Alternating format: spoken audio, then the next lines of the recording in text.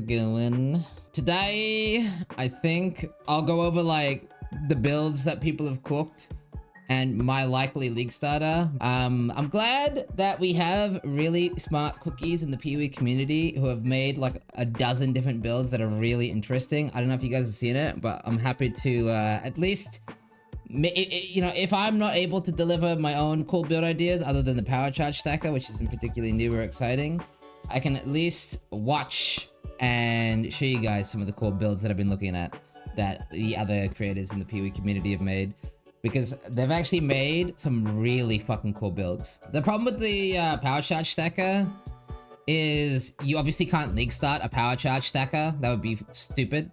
So you end up just playing Power Siphon Miner for a long time. And it would take a decent amount of gear to beat the miner. So I think this is basically like a week plus of just mining, which I'm okay with, but yeah, it'd be a lot of Power Siphon Miner gameplay. You got POB for these options. I could find you POBs. I think Garata actually has most of these in a spreadsheet, if I'm not mistaken.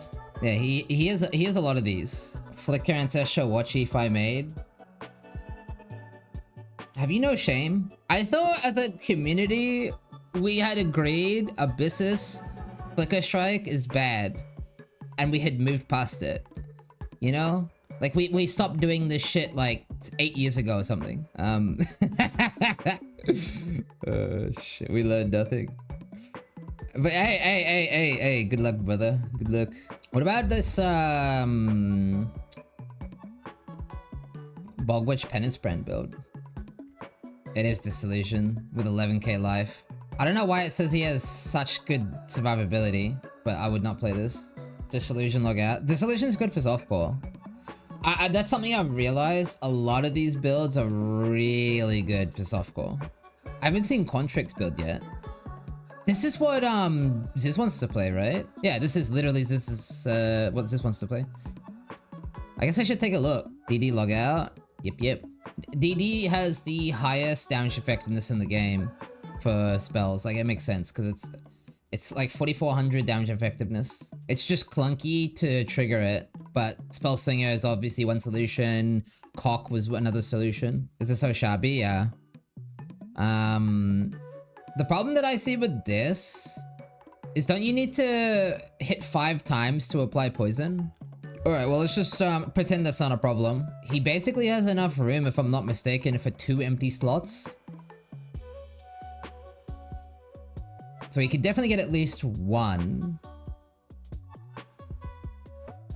So I'm not sure which one he's planning on having here, but he could get life, movement speed. I mean, movement speed is probably the most realistic of the 3.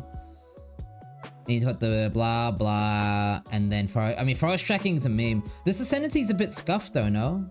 Yeah, I mean, very good gear across the board. Nothing unreasonable though. 6 million DPS suppression. How much? How? Is it just because, does he have like perfect life rolls and it, like gloves don't have sockets? Right, so I guess it's just a very life heavy build combined with Oath of the Magi. Interesting. I mean, realistically, this is gonna be like 6k life, maybe 6.5. 8k is definitely on the top end. I don't know how he's getting oh, he has to self-cast. That's a bit cringe, no? It's not the end of the world, but it's a little bit cringe. I guess that's all he has to do. Wait, is he really gonna have no movement skills? I have a few questions about this POB, I suppose. Like the playstyle. Why does he have 1 million attack speed? It's just to cap out the the trigger rate, that's all. Because sometimes POB is a little bit annoying.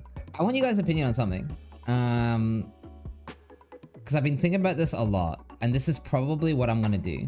I want the fuck you build. Give me a second. I want to get the fuck you build. So I'll give you a little bit of a history lesson on this build from my point of view. Mana Forge Arrow Whisperer. Now, Mana Forge Arrow, you know, mana scaling, like Archmage effectively, within Dagon scaling. This has been a build for a long time. The problem is, historically, in order to get the scaling going, you needed to play Ivory Tower, right? And because it was an Ivory Tower build, because that's the only way to get like the mana ES, blah blah blah blah blah, right? That was the only way to pull it off. It meant that it was very not hardcore friendly, right? You couldn't play this in hardcore. Or it's not that you couldn't, but very few people, I doubt anyone would have realistically, I never saw anyone play this because cross-canning Elixir is just shit. Now, because you no longer need to play cross-canning Elixir, because you can scale it like a traditional Archmage build, it means that you can run life and mana with ES as a supplement. Basically, it's the exact same defenses as regular Archmage, except you can leech mana. And it also has the clunkiness removed because you no longer need to do Battle Mage's Cry or anything weird like that. So my question is this, chat.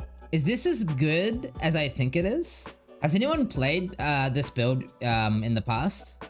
Like, it is nuts.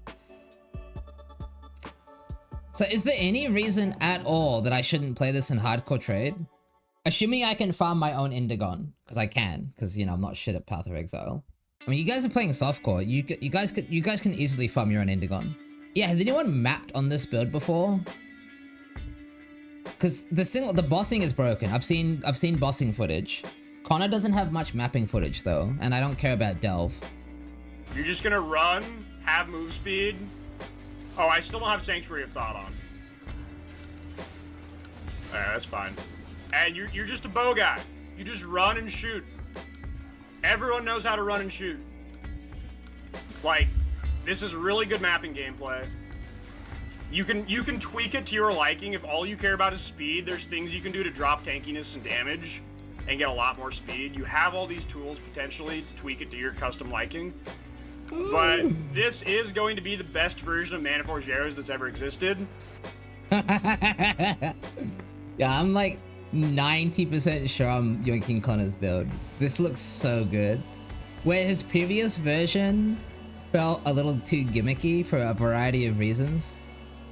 Like, it required ridiculous gear that does not exist, and it had clunky mechanics, and it had a bunch of problems, and it was not really hardcore viable. This, on the other hand, does not have, the new version doesn't have any of those problems at all. Every single problem I can think of got solved. I'm pretty sure I'm just gonna play this, eh? Is it cringe to league start though? It is cringe to league start, but someone was nice enough to solve the league start. So what's an attack skill that would scale really well with a lot of lightning damage that's a bit more meta? What's like a good attack skill? Yeah. You just play Lightning Strike and it's fine. You literally just play Lightning Strike. This is kind of starting POB for y'all who haven't seen it. Yeah. I think this build will kind of be a bit shit though. I don't know how I feel about this. Because like this is the fully ramped Storm Conduit damage. Or whatever it's called. Storm Rain. Yeah, 2 attacks a second. So you'll have to attack 3 times to fire off 1 attack. And this is with some pretty good gear. He has 4 fully rolled clusters, 2 split personalities, basically perfect 3-stat drills across the board, a tier 1 unique, a boss drop, a well-rolled Widow Hail, a meta-crafted quiver, 2 boss uniques, sorry. Yeah, I think the better solution is to play Lightning Strike, because the Lightning Strike build is basically free compared to this. It doesn't require any of this. Like, take off all this gear, put on Lightning Strike. It has more DPS than this, by the way. And it doesn't have to ramp or anything. So I feel like Lightning Strike is objectively the better build to play. Same defense, basically, as well. Don't let Steel cut your hair. I shouldn't show the image because it's toxic, but it's kind of funny. It's so toxic. The question is, what would be the fastest farming method and what would be the best build for it? Maybe something with MF. MF doesn't make you get more unique boss drops. It doesn't make you make more money either, because it only gives you like dog shit in Path of... Dude, Magic Find in POE 1 and POE 2 is different. Don't let the brain rot from Path of Exile 2 come into POE 1. Man, am I gonna have to deal with this? Okay, PSA, if you're a Path of Exile 2 viewer, by the way, hello, this is Path of Exile 1.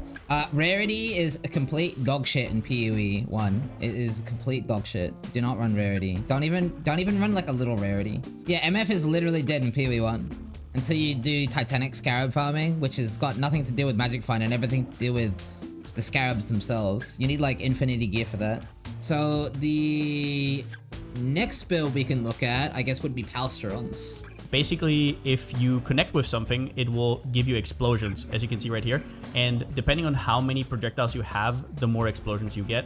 But it will always be this one tiny projectile. And there's a lot of problems with that. You don't want to just like rush through the map and have to actually aim exactly to an enemy. In endgame, that can be quite cumbersome. But you can use Fork, or as we will see, Awakened Fork with Tornado on a Spellslinger. So you put on Spellslinger Q, and now whenever you press your right mouse button, there will be a tornado spawning in front of you. And it will always spawn exactly where you're aiming. So what happens is this, right? In general... Yeah, so basically think of wall banging with kinetic blast. That's kind of the idea. Looks cool, yeah. He has a better video, I'll find it. So it's a tier 17 map. I literally just leveled. I went out of 5 ways at level 92. I just put this together. I don't really have any gems in there, so maybe I'm gonna die. I'm not 100% sure if I'm capped. I think I should be. Yeah, barely capped, that's good. So I'm just going to quickly show you how this played. I'm not joining this weird sanctum thing, by the way, no. So I am not going to full clear this map, but I'm just going to quickly show you this.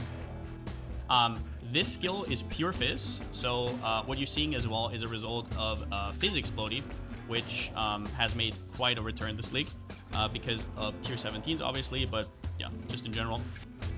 This is a Headhunter build as well, so you don't need the expensive belt, which, like, if you told me 10 years ago I would say this, I would be like, okay. But yeah, you don't need a Mage Blood for this. You actually want a Headhunter if you're blasting. I'll quickly show you the single target here. Let's just start here. Boom. As you can see, the overlaps, I can't even tell you how much. Like my POV DPS, okay, is kind of like chilling right now. My POV DPS on this is like 10 million, which, yeah, we all know that is not 10 million, but okay. The main mechanic, essentially, you know how Kinetic Blast, when it hits a wall, it explodes with a bunch of AoE projectiles, right? Kinetic Blast of Clustering essentially is the more extreme version of that, where you can only ever fire one projectile, but it clusters into a bunch of explosions. So you get one projectile, mini explosions, instead of mini projectiles and mini explosions. The advantage here is that it interacts really well with Awakened Fork and Tornado with Spellslinger. So basically you summon the Tornado and hit it, basically fully automated, which will cause the explosions to happen. So you basically, think of it this way. Imagine every time you attack with KB, it's a wall bang. Every single time.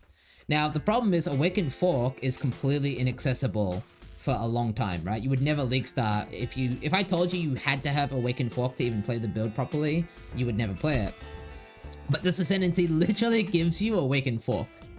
That's your normal lab, is Awakened Fork. I think it stacks with Awakened Fork as well. Yeah, that could be even more ridiculous, to be honest. That's why he wants to play it. The Ascendancy itself doesn't do anything too crazy, because I don't think We Know All is very strong, because you already gain a bunch of damage from your mana with the skill. So your Mind is Destroyed and Infinite Pursuit are the main two nodes, and then the rest is like whatever. Yeah, Permacharges is nice, nothing too crazy. Rage is nice. Again, these nodes are solid, not build enabling. It's mainly Infinite Pursuit allows you to get more mana than ever before, right? You can get fuck you levels of mana now, like 30,000 mana, right? So you get much more mana scaling, which gives you more damage, more defense, and then you get Woke Fork just like for free, basically. Or literally, it's like you just get that shit. In Palsteron's own words, this Ascendancy gives you Woke Fork. This skill interaction is the perfect use case for Awakened Fork.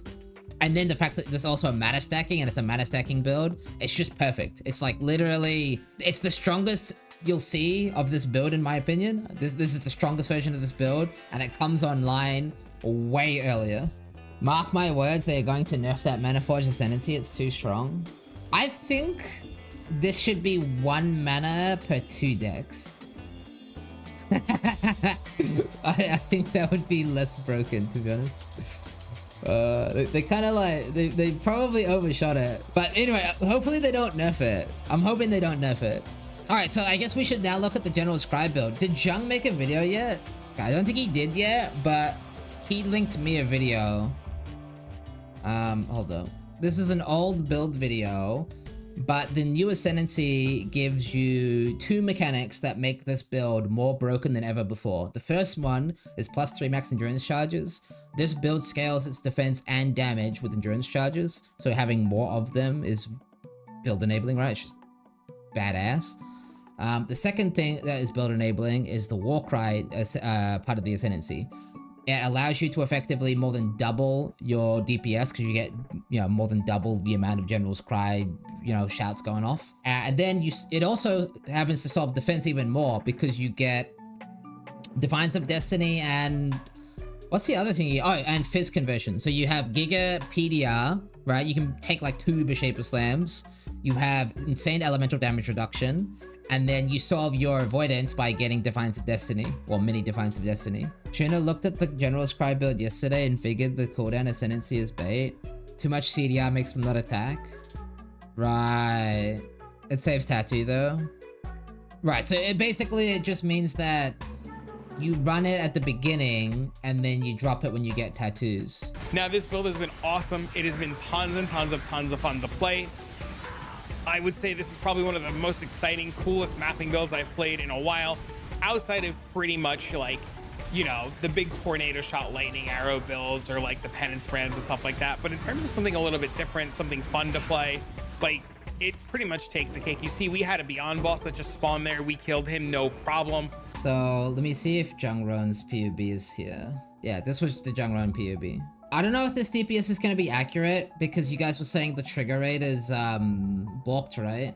Yeah, I'm not sure how that's going to work. There's no way it does this much damage.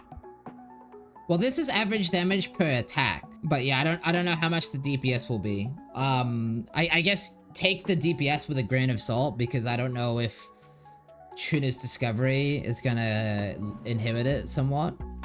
This is obviously also with really good gear. Not Mage Blood or anything, but the gear is like softcore trade, not like extremely expensive, but it's softcore trade gear basically.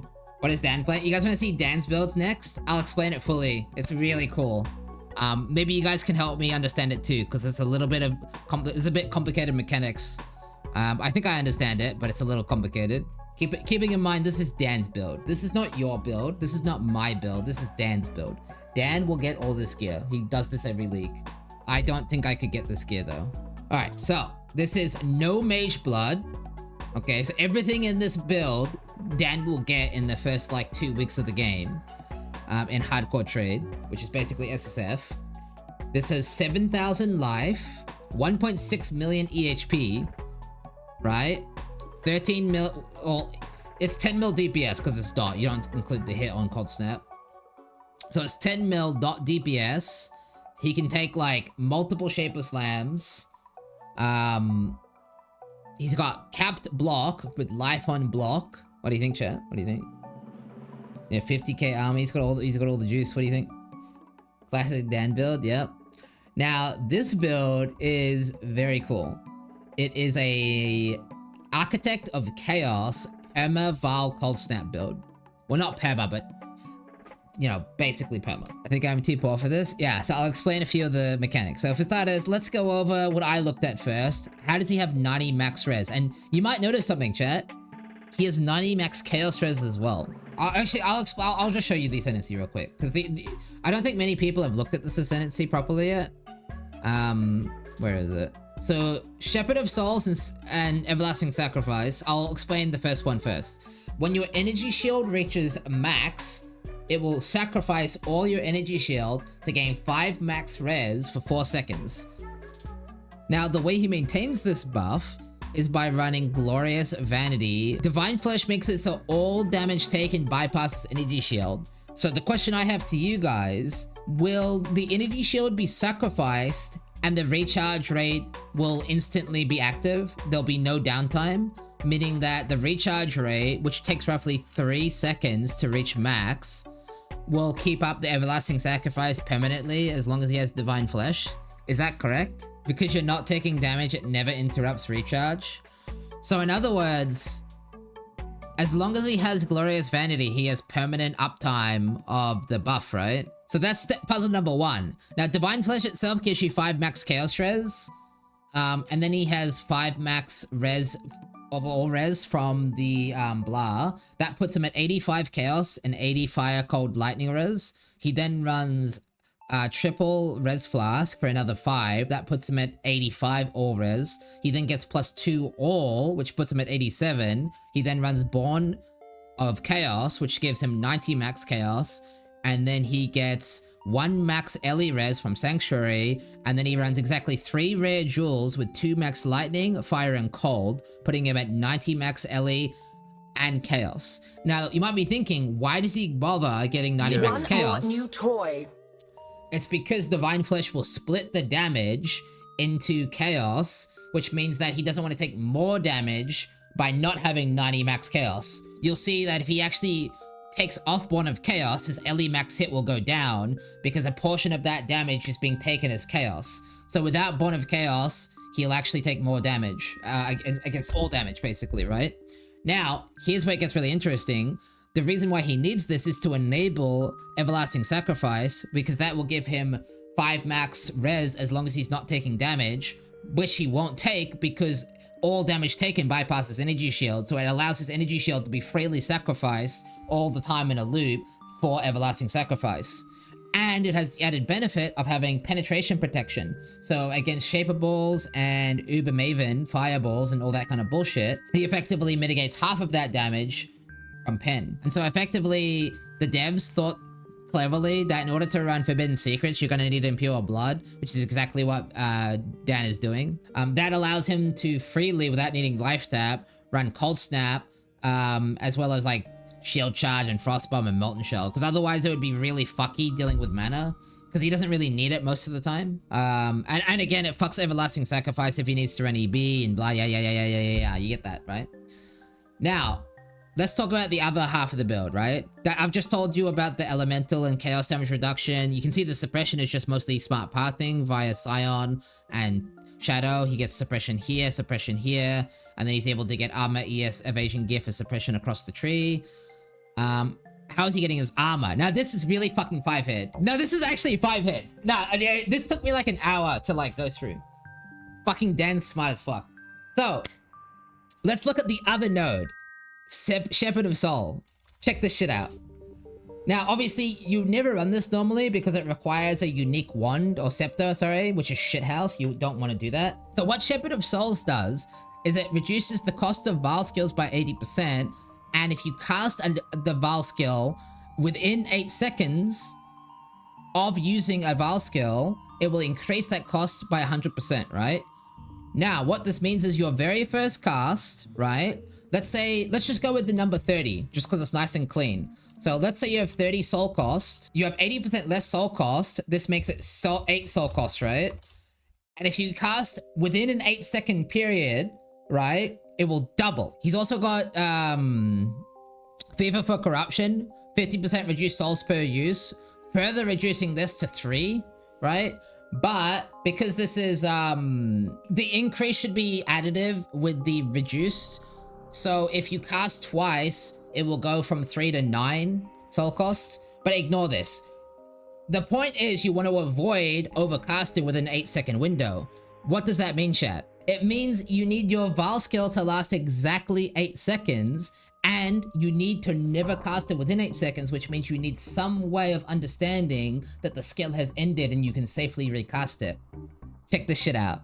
Check this shit out. Watch this. Are you ready? His Vaal Cold Snap is an 8-second duration, pretty much on the dot, which means when he casts his Vaal Cold Snap, it will cost exactly 3 out of 30 souls. It'll cost, he gets 10 uses basically, right?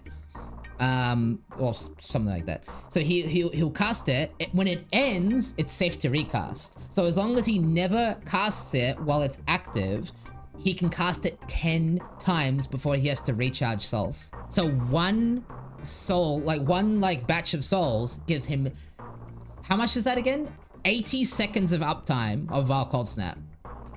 So he casts Cold Snap once, and then he can clear the entirety of the rest of the map, as long as he doesn't overcast it. So you also have permanent soul gain prevention. So you know what that means, Skadoosh? He gets 3,800 armor on his chest during soul gain prevention. He gets 3,000 armor during soul gain prevention on his shield. He gets permanent onslaught during soul gain prevention. He gets damage with Vile skills. Well, that's impressive. But yeah, it basically gives him like fuck you levels of armor. Really fucking cool build. Yeah, I thought it was a really cool build, dude. Now, what's the downside so far? All right, what's the downside? I talked about it earlier, because the defenses are fucking litty as fuck. The recovery's fantastic. Mana is completely solved. Yeah, it's actually the DPS. It's also highly conditional defense. So I can get the defense being conditional. I can accept because he has so much defense without a mage blood. Like, this is the tankiest build so far with this level of defense and gear, right? So I can forgive that the defense is highly conditional, because even if you strip away every single layer of defense, it's still tanky. It's just ridiculously tanky if you tick all the boxes. The real problem is 10 million DPS with this gear is not that great. Because his wand is cracked, his amulet is cracked. He has like a crazy nice helmet as well. Now, Dan will get this DPS, and 10 mil dot is heaps. Like 10 mil dot is godly. But if you were to league start this build, it would feel very Z DPS. Yeah, it's kind of like Righteous Fire levels of DPS. So if you're okay with Righteous Fire DPS, this is literally, I would say exactly the same, really. It's a different flavor and much better defense. It's very, very similar. All right, so what's the next build you want to look at? We could look at the Lightning Strike build now. So you guys want to look at Lightning Strike? Just to see the classic in action. You just want to see the classic? Just real quick. So if you are after the definitive, I would say this is the definitive best build in the game currently. This is the Gauntlet winner build. This is the build, right? This beats Zenith. It's the build, right? It is Ephemeral Edge Trickster. Obviously, we're replacing Trickster here with Prophet, going crit, and you can then get the Escape Artist node back, so you don't even lose Trickster anyway. And you even, with some clever technology, get Overleach back anyway. So it's literally just Trickster, but like way more damage, right? It's just higher DPS Trickster. Yeah, I agree, Whisperer might be better. When I said best build in the game, I wasn't saying in Phrecia, because the legacy of Phrecia best build is yet to be discovered. But this is the best build in the game currently, for like if Settlers was to restart right now with no changes to Ascendancies, I would play this build. The Trickster version, obviously. Oh, it's so funny. Look, my mum accidentally typed an emote. Look, my mum typed an emote. Where is she? She typed, oh. So you typed an emote, mum. Let's talk about POE 1.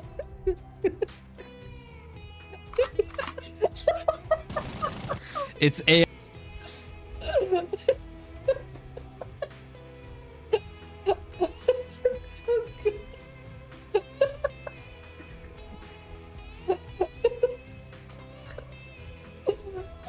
It's so good though. It's so good. Let's talk about POE 1.